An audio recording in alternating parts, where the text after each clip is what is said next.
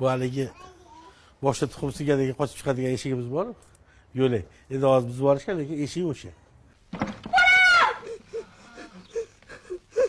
Tuxum sigandagi haligi boshimizda o'zi ham mubolag'a bo'lmasa, haligi Rixsapam bilan balkim gaplashgandirsizlar, bir pochka tuxum singan. Oxiri mana hozirgi o'zimizni salafay idishi burchagini kesib, tuxumni joylab urib sindirishgandan keyin hammasi bu yoqqa yuziga oqib tushgan va yirik pullardan olib olishgan.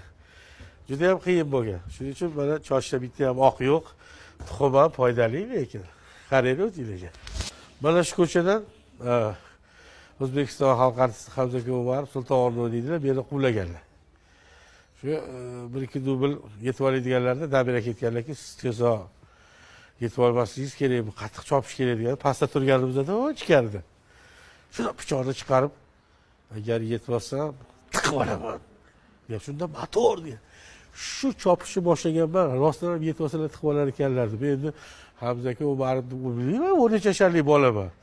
Keyin motor deganda Abdurahim Abduxobov shamoldek chopib, o'nta Hamza ham yetolmas edilar. Juda qattiq chopganman, qo'rqqanimdan albatta.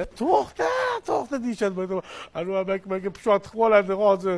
Menga pichoq tiqib olaman dedilar deb uyga qarab chopganman, chunki uy yaqin bu yoqda.